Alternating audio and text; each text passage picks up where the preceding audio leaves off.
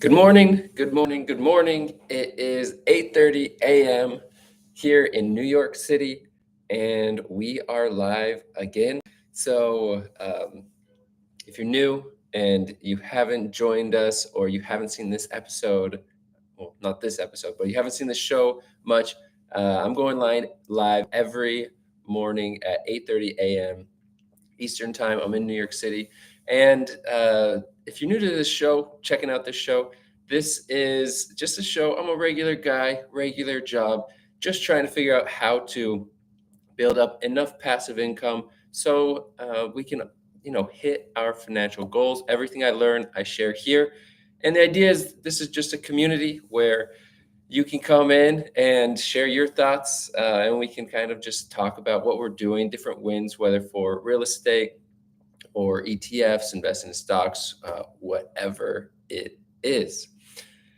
So today we actually have a pretty tough topic, and I thought it was going to be easier, but in preparation for today's show, I was looking around and I was reading articles, and you'll see an article I put in the chat. I'll make sure that it's for those watching later that haven't subscribed yet or whatever.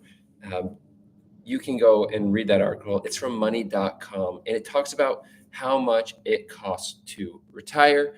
And it's not a simple calculation. Again, I know I mentioned calculator.net on a previous episode, but calculator.net is an awesome tool if you're looking at a mortgage calculator, retirement calculator, investment calculator, they have the best calculators, and everyone's tried to copy them. Credit Karma, NerdWallet, like everyone else is trying to build their own calculator. The best one I have found is calculator.net if you're actually trying to get real calculations and real estimates. If you know of any other good calculator tools, let me know. That's the best one that I have personally seen. But I always kind of just figured once your passive income outweighs your expenses, you can retire or at least kind of not worry so much about work, which I think there's still truth to that. There's a lot of truth to that, but it does get a little more complicated because let's say you buy a house and you have these large expenses because you're paying off your mortgage. And then eventually you won't have to pay that mortgage anymore. So the amount that you may think that you need for retirement may be higher than you actually need. The other thing is, depending on how many kids you have and what they're trying to do and what you want to help them with, maybe you want to help pay for their weddings, pay for their school, pay for different things in their life to help them get a jump start. Then, if that's the case, then retirement is going to cost a little bit more for you. But some of the data points that money.com put out that I just wanted to put out here and ask you, how much do you think that retirement will cost? And you could say that in a monthly amount because it's kind of hard. It's obviously based on when you plan to stop working and how long you hope to live. There's also the idea of how healthy you are. If you're more healthy, maybe you'll have less medical bills, less medical costs. So there's a few things to think about there. But let me know in the comments down below, how much do you think retirement will cost for you? For me, I have no idea because right now I'm renting in New York City, which means I have high rent and I'm not paying off any home or anything. So it feels like I'll always have to make a lot of money to be able to retire or completely stop working. But yeah, it's something I need to drill down a little bit more. And frankly, I was hoping that before this show I'd be able to drill down on that more, but it's more complicated than I expected. And my brain ended up going in a lot of different rabbit holes. Yeah, yeah.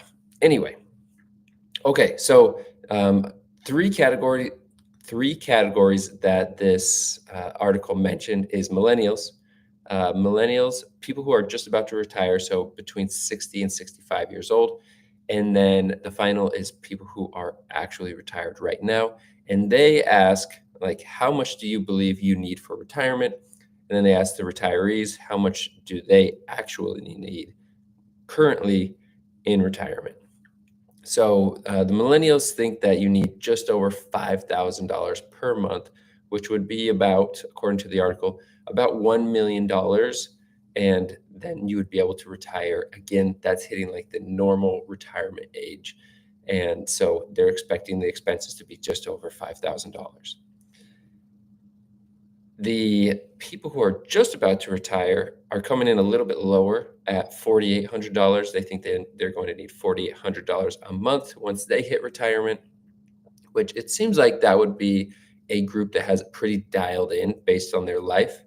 And again, that's another factor, is like, what type of life do you want to live? Are you going to be traveling? Again, if you have kids, are you going to be traveling with your family and your kids? Are you expecting to pay for that? Or are you just expecting to travel with you and your wife, and your kids can uh, get photos back at home? Or do you want to bring them along sometimes?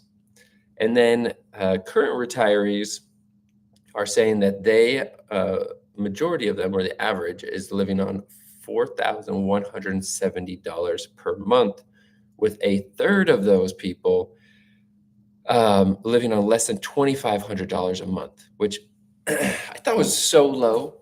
But it's kind of like averages. Whenever you see like median or like average price of a home in the United States. So I don't know. I think those numbers are going to be off for me personally, but I do hope to retire a little bit earlier, and then just live. I want to live a fun life. I want to be able to travel.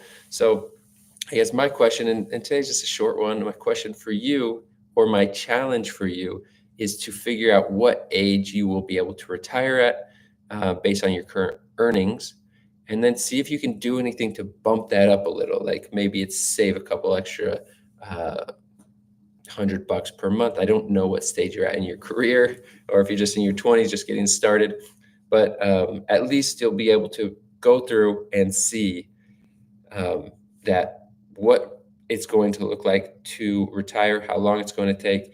And when I started putting those numbers in, for me, it was pretty eye-opening. And again, like I said, I wasn't able to really lock in on anything that I felt like was a clear and accurate picture of what I was going for. So with that being said, we'll have a follow-up on how much retirement costs, part 2, tomorrow, because there's a lot to talk about here. And I also want to, if you watch this video and you can put your comments in before tomorrow, I'd love to dive into those as well and kind of open up that discussion. So thank you so much for watching. That's all we got for today. If you want to read that article, I put it in the comments down below. And make it a great day. See ya.